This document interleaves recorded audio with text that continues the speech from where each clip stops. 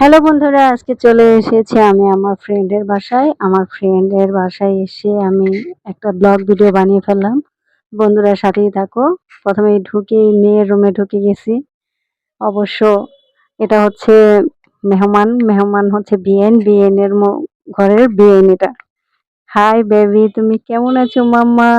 এটা হচ্ছে আরেকটা বিআইন, ময়না পাখি। ময়না বিআইন বলি আমরা। তো আমার ফ্রেন্ডের মেয়ের রুমটাতে আগে ঢুকলাম, দেখি তার ঘরের ডেকোরেশনটা কিরকম করেছে সেটা একটু তোমাদের সাথে দেখাচ্ছি। দেখো, একদম নিজেদের ফ্ল্যাটে তো একদম নিজেদের মন মতো করে কারুকাজ করেছে এবং সুন্দর করে ডেকোরেশন করে নিয়েছে। বেডরুম হচ্ছে 3টা আর ড্রয়িং ডাইনিং মিলে মোটামুটি বড় একটা ফ্ল্যাটই উঠেছে। নিজেদের ফ্ল্যাট, তাই নিজেদের মন মতো করে গুছিয়ে নিয়েছে। তাই এদিকে আজকে মিলাদ দিয়েছে, তাই মিলাদে সবাইকে অংশগ্রহণ করতে বলেছে, সেই সাথে আমিও। এদিকে আমি ঢুকে তো খুবই ফিদা হয়ে গেছি, ফ্ল্যাটটার প্রেমে পড়ে গেছি। এত সুন্দর দরজা জানালা, যে দিক দিয়ে তাকাবেন প্রাকৃতিক দৃশ্যগুলি। নিচে একদম সুন্দর একটা দিঘি রয়েছে, এত খোলামেলা, চতুর্দিক থেকে অনেক সুন্দর বাতাস আসতেছিল, তাই আমি একটু প্রাকৃতিক দৃশ্যটাও তুলে ধরলাম। তো বন্ধুরা দেখো কত সুন্দর। ঢাকা শহরে, ব্যস্ত শহরে কিন্তু এরকম ফ্ল্যাট পাওয়াটা খুবই টাফ।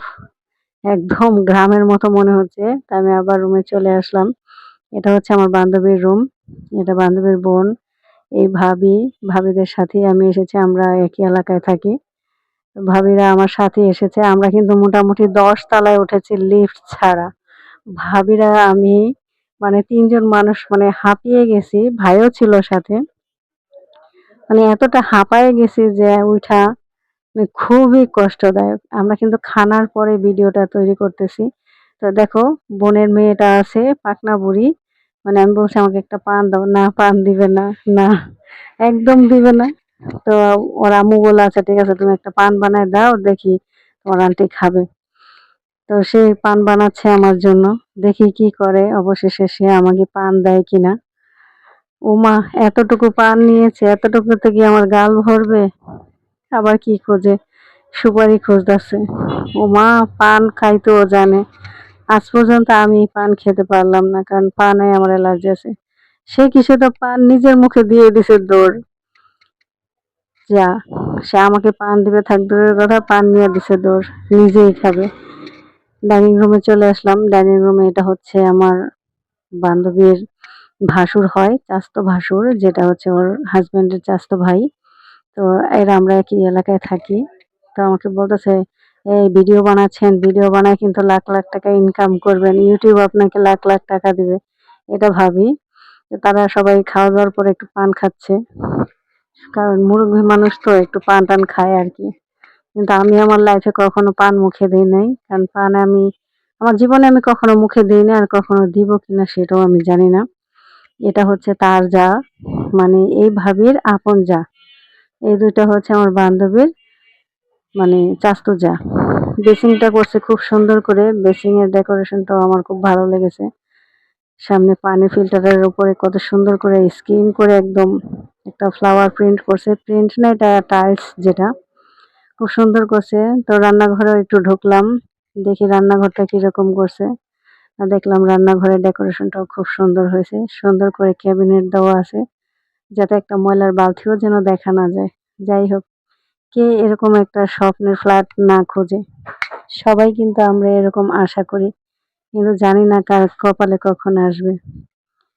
বেসিংয়েও কিন্তু 2টা গিজারের লাইন দেওয়া আছে, একটা গরম পানি, একটা ঠান্ডা পানির। এদিকে আবার কিচেন চিমনিও লাগাই দিছে। যাই হোক, ভালো। সবাই সুখে থাক, সবাই ভালো থাক, এই কামনাই করি। স্বপ্ন আমারও আছে, ইনশাল্লাহ পূরণ হবে। রান্নাঘরে দেখো কত সুন্দর প্রাকৃতিক দৃশ্য দেখবে আর রান্না করবে, সেই সুন্দর কিন্তু একটা পরিবেশ।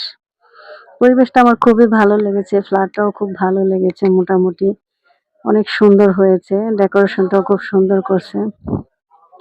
এই যে যেমন বেসিং এর যেমন 2টা কল দিয়ে দিয়েছে, এটা রান্নাঘরের সিঙ্ক। একটা গিজারের লাইন দিয়েছে, যাতে করে শীতের সিজনে গরম পানি নিতে পারে। আমি আবার এদিকে খাটের পায়ের সাথে বাড়ি খেয়ে পাটাকে আমি ফাটিয়ে ফেলেছি, এখন একটু বরফ নিব, তাই ফ্রিজে আসলাম। ভাবি আমাকে বরফ দিচ্ছিল, 2 টুকরা বরফে হয়ে যাবে ইনশাল্লাহ। তো এই 2 টুকরা বরফ আমি বারান্দায় চলে যাচ্ছি, বারান্দায় আর কি ঘষবো। আর এদিকে ভাবি বলতেছে আমার পাছাটা ভিডিও কর, মানে পিছন সাইডটা ভিডিও কর, আমি সামনে আসবো না। তোর ইউটিউব বান্ধবী করে আমার পিছন সাইডটাই দেখা দিছে। আমি বললাম না না, পিছন সাইড দেখালে হবে না, সামনে ঘোরেন। তো সামনে ঘুরবে না, যাই হোক জোর করে ঘুরাইলাম। এটা হচ্ছে আমার বান্ধবীর মেজো জা। এটা মানে তার বড় একজন আছে, আর তারপর হচ্ছে আমার বান্ধবী।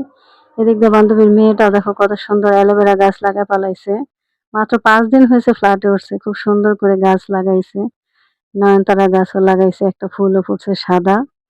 গোলাপ গাছ লাগাইছে, সেটাতে ফুল আসেনি। তো সব দিক দিয়ে সব রুমের বারান্দা এবং জানালা দিয়ে কিন্তু মানে প্রাকৃতিক দৃশ্য দেখা যায়, এই জন্যই ফ্ল্যাটটা আরো বেশি ভালো লাগছে।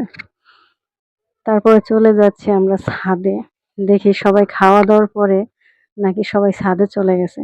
তাই আমিও মোবাইলটা নিয়ে হাতে করে ছাদে চলে আসলাম, দেখি কে কি করছে।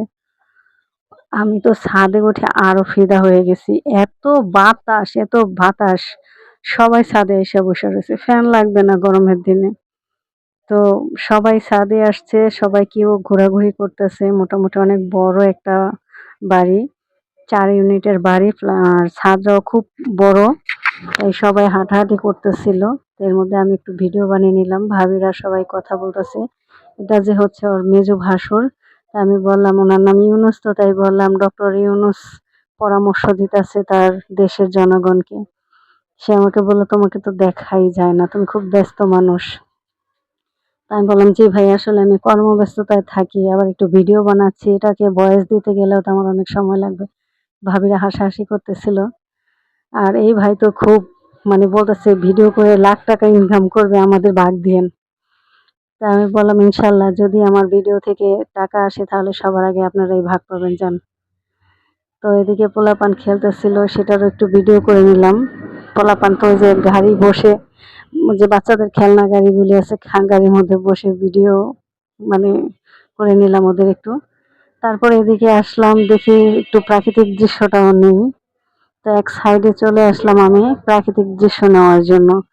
এদিকে দেখলাম একটা বাড়িতে মানে পুরা পানিতে ছাদ ভরে, তারপরে আরেকটা ছাদ ভরে ভেসে যাচ্ছে এত পানি। তো সেটা একটু ভিডিও করতে নিলাম, দেখলাম ভাই চলে আসছে, এটা হচ্ছে আমার বান্ধবীর হাজবেন্ড। তো সে মোবাইলে কথা বলতেছিল, তার দিকে একটু ভিডিও ফোকাস করেছিলাম, দেখলাম যে সে একটু কথা বলতেছে, তাই ঘুরিয়ে ফেলেছি। তো এদিকে আমি আবার ফোকাস করলাম তাকে, দেখি সে ব্যস্ত হয়ে আছে, তাই আমি চতুর্পাশটা একটু ভিডিও করে নিলাম। ওই যে বাড়িতে পানিটা একদম পুরা ভেসে যাচ্ছে, 2টা ছাদই কিন্তু ভেসে যাচ্ছে। তারপরে যখন দেখলাম ভাই কথা শেষ করছে, তখন তাকে জিজ্ঞেস করলাম ভাই নতুন ফ্ল্যাটে উঠে ফিলিংস কিরকম। তা আমাকে বলতেছিল তোমার ফিলিংস কিরকম। তা আমি বললাম যে আমার ফিলিংস 10 তলায় হাঁটায় উঠাইছেন লিফট ছাড়া, উঠে তো খুব কুপোকাত। তারপরে ছাদে উঠে দেখলাম যে না, বাতাসে এবং প্রাকৃতিক পরিবেশে কিন্তু আমার সেই কষ্টটা ভুলে গেছি। তখন বললো সে ছাদেই থাইকে যাও তাইলে। তা আমি বললাম ছাদে তো বিছানা নেই, এত বড়। তো বলতেছে এত বড় ছাদের মধ্যে তোমার বিছানা হবে না, এটা বলে দুষ্টামি করতেছিল।